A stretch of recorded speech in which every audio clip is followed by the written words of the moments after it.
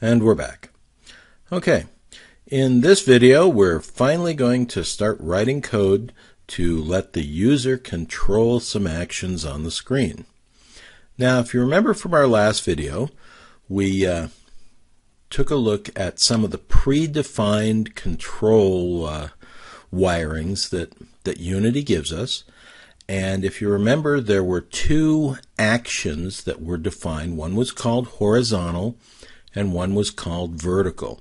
And horizontal, which is just a name, it could have been anything, but it's descriptive, it was tied to the A and D keys and the left and right arrows. It was also tied to some mouse things and joystick things, but we're just going to use the keyboard things for now. Now, vertical is tied to the W and S keys and the up and down arrows. So we're going to use both of those. We're going to define those inputs. We're going to code for them, and then we're going to use the script to move the object around. So let's see how that goes. So we're going to run the game here, and it's doing its thing. Okay. And now let's go into the cube transform script. And we double clicked on it. There it is. Okay, we've got this transform and the rotate. And now let's add a little bit here. First, we're going to add some variables. So variable translation, and we're going to make this a float. And we won't give it any initial value. We're going to get the values from input. Another one here we're going to call rotation and make it also a float.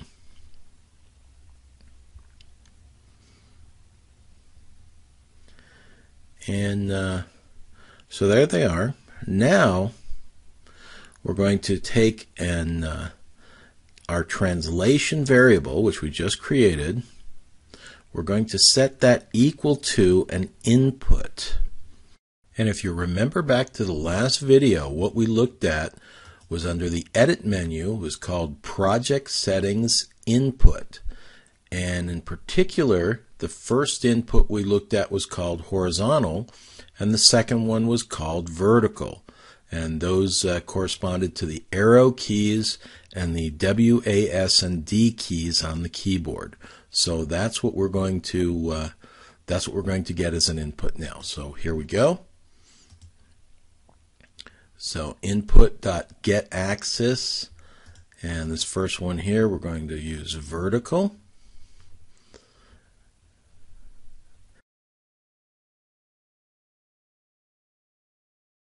And semicolon, and then rotation, which is our next variable, equals input.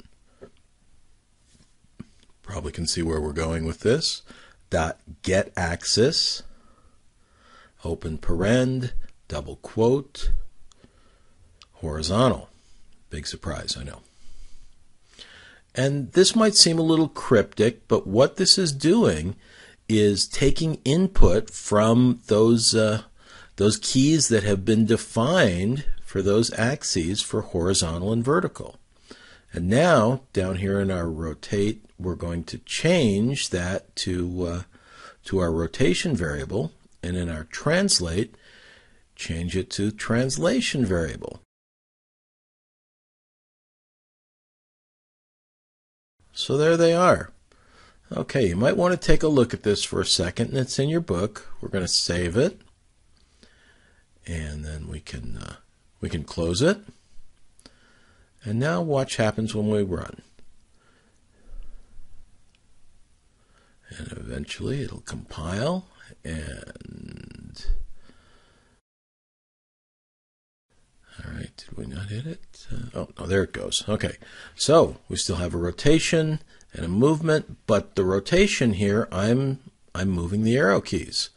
So this is user control. Finally, we have user control, and it's the arrow keys and the W, A, S, and D keys are moving this around because it's tied to those vertical and horizontal keywords which have been tied to to the keys. So a lot of that tying work has been done behind the scenes by Unity, and we just had to basically go out and capture that and use the variables. So here we are again. Now that's fine, but let's add some more here, a little more coding tricks to show. So I'm going to come up here above the function update line, and I'm going to add a variable. So var, and I'm going to call this one speed, and make it a type float, and give it an initial value of 1. Now, being outside the function here, we'll be able to see it externally and change it if we want. But now, down here, I'm going to use an if statement, and that's a conditional test. And I'm going to look at another input. I'm going to look at input.getKeyDown, which is specifically when a key has been pressed. The key I'm going to use is the X key. So if the X key has been pressed, and then a curly brace to open a section, speed plus plus, and closing curly. Okay.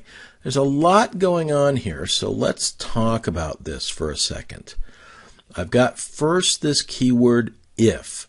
That is means pretty much the same thing it does in English, that it's looking in here and saying if something has happened, then do something. Otherwise, don't. Just ignore it.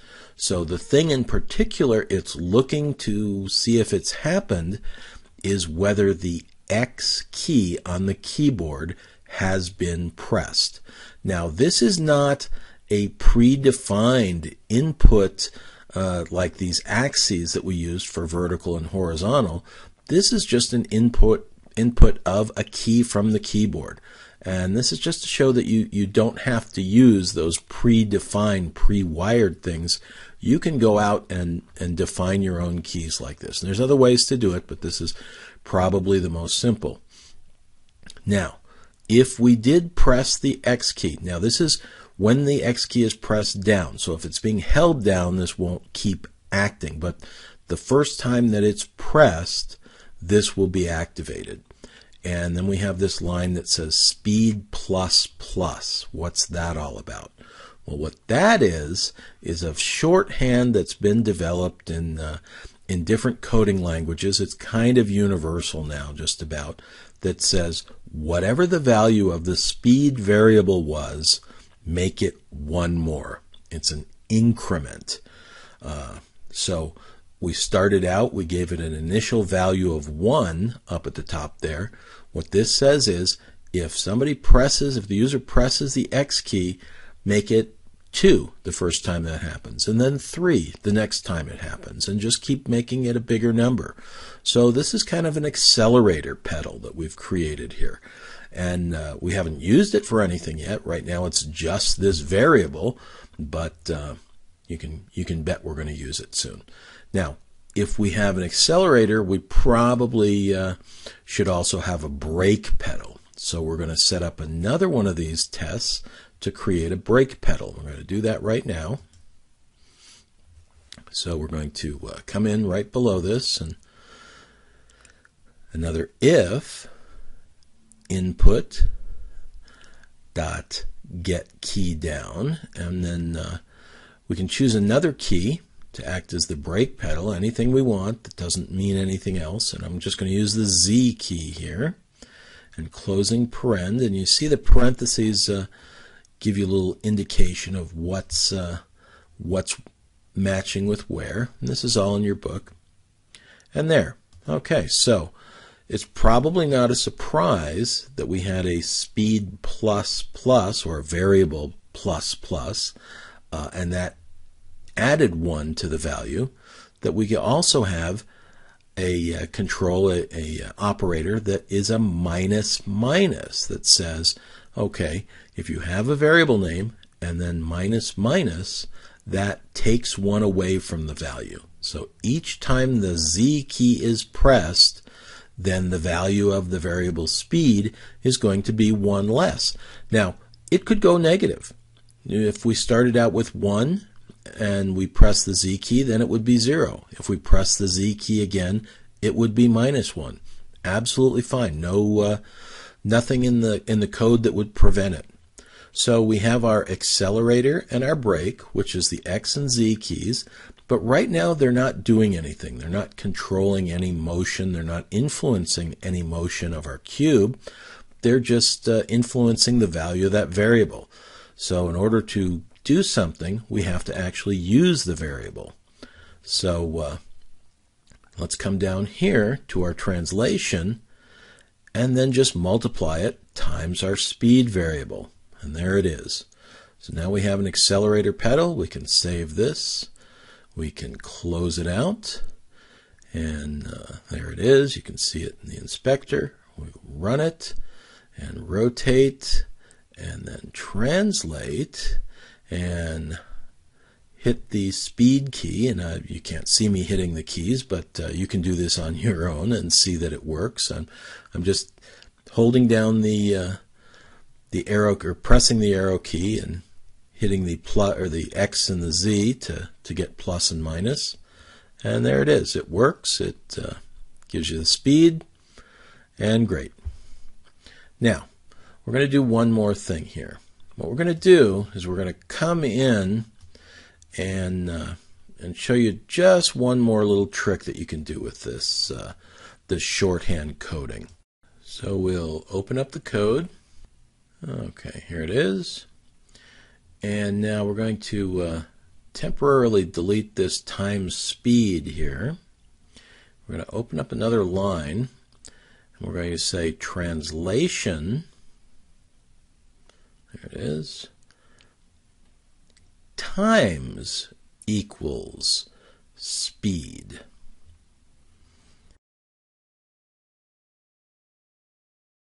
Okay. Now, let's just look at this line for a second.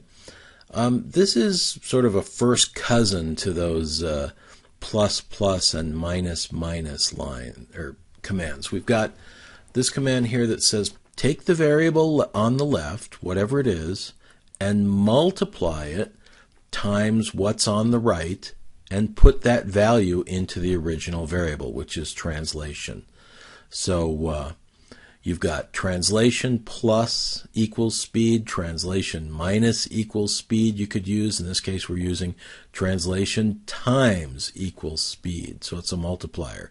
And there's also would be translation divide equals speed if you wanted to, for some reason, to divide that variable by something. It's just, it's a little bit shorter. I don't know why they came up with these, but they did. Once upon a time, saving a character or two made a lot of sense. Today, maybe not so much, but it is the convention that's used, so that's what you're going to see in coding more often than not. So there it is. Basically does the same thing as just having times speed on the end of the line, but this is how it tends to be done.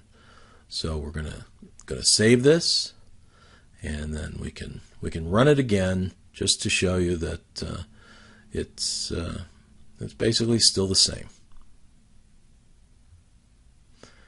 So there it is, and we'll move it with the arrow up and hit the X key and the Z key now, and now it's even going backwards, even though I'm hitting the up, and so you can get lost in oh, what's my speed? So might be good to have a little bit of a dashboard to see what's going on.